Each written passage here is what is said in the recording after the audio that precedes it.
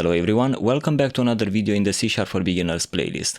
Today we're going to start a series of a few lessons, all dedicated to an extremely crucial part of software engineering, debugging. As you'll soon find out, the design and actual writing of code is the minority. What the vast majority of time you'll be spending is on actual error fixing. In programming we call error bugs, thus the process of eliminating errors is called debugging. And the first step in debugging is trying to understand what the error is, what's causing it, and where does it occur.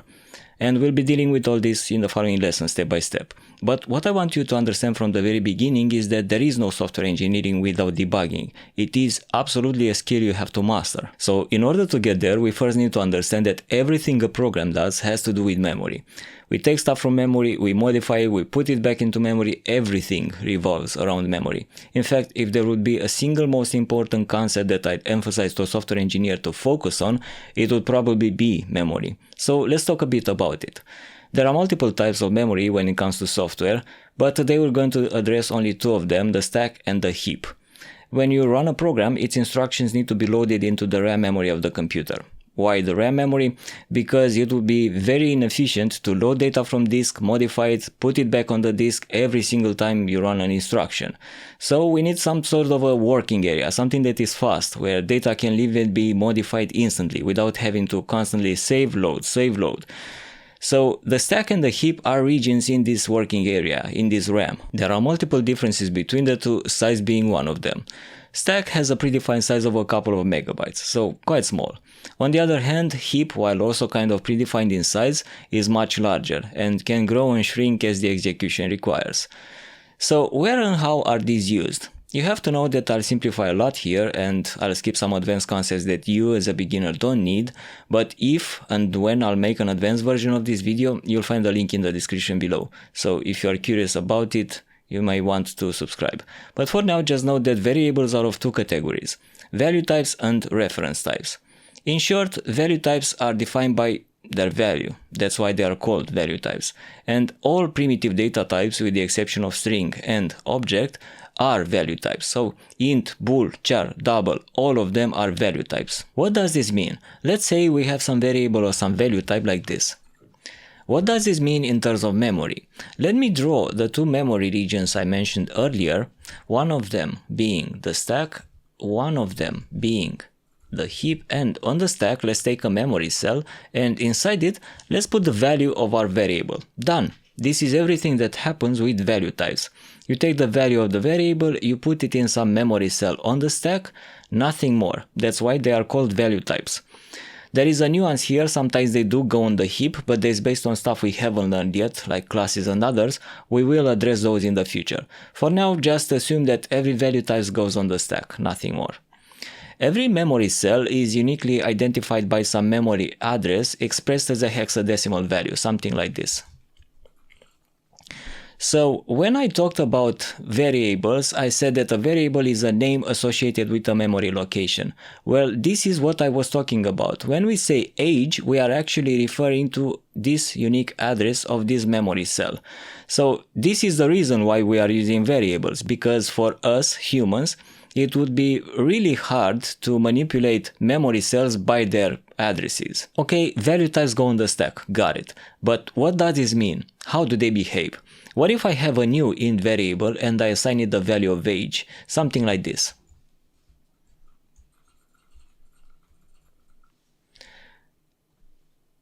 As evidentiated by the value printed on the console, indeed we assign the value of age 20 to another age. But what is actually happening on the stack is that a new memory cell is allocated and inside it we do have the same value, but it has a different memory address because again these memory addresses are unique. So now when we are referring to another age, we are actually referring to this. They do have the same value because it copied the value from one to the other, but from now on they are independent. If I modify one of them, it modifies only the cell that is associated with, not the other, so they don't influence each other anymore. Let's take another example.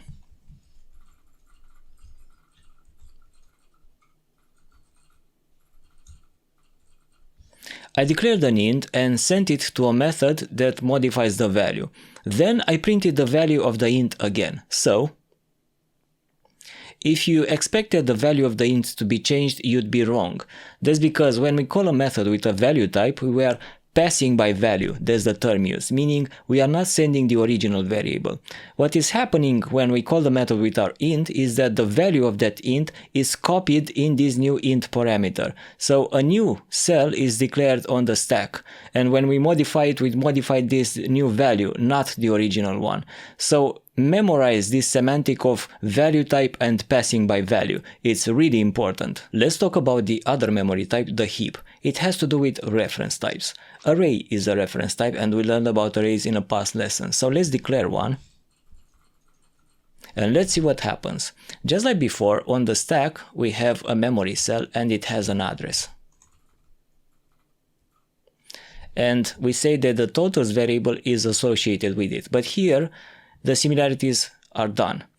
The values of the array are actually stored on the heap. So 1, 2, because we have two values, and these have their own addresses.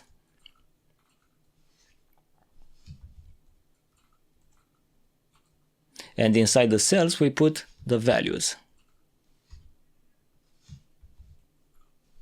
Now, on the cell on the stack, we need to put the address of the first cell on the heap. So,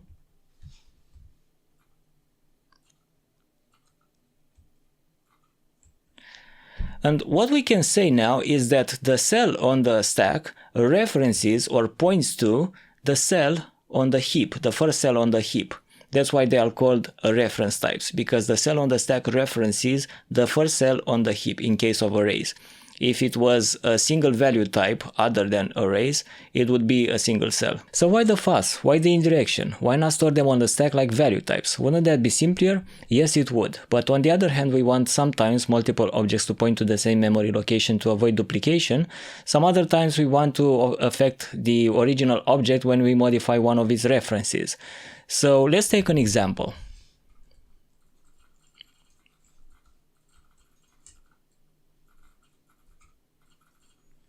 I declare an array with two values, 3 and 5. Then I declare a method that takes an array as a parameter, and inside it I modify the value of the first cell of that array. Then I call this method with my original array, and after it finishes I print the value of the first element again. So, if you thought the value of the first cell would still be 3, you'd be wrong, again. I know what you're thinking, and no, this is not passing by reference, as many developers think, even seasoned ones. We are still passing the value to the parameter by value, we are still making a copy, but not of the value itself, but of the reference that points to that value. So what happens in memory is, we get a new stack cell, and this one has its own address. Inside it, we store the address of the first element of the array on the heap, just like the other one. And now we can say that totals param points to this new stack cell. Now we have two stack cells with unique addresses, but both of them pointing to the same heap address, which means when I modify the value stored at that address, it modifies for both of them, which is exactly what we saw when we modified the value of the first cell of the array through totals param. It modified for totals too. And this is what I mean of passing a reference by value. We copied the address of the heap cell in both stack cells. This is what we copied, the address that is referenced to. To better evidentiate this, let's take another example.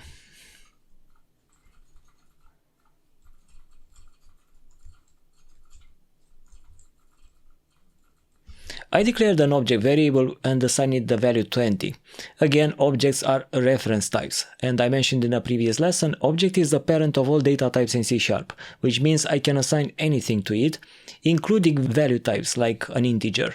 However, objects, being reference types, store their value on the heap. So, if I would have passed this object by reference, modifying it inside this method would have affected the original value. Let's see if it is so. And it is not, so it is not passed by reference. Let's see what happens actually. So again, we have a stack cell with some address, and this variable points to it. Then on the heap we have another cell with another value, and this is where the value is stored. And this stores it and thus points to it.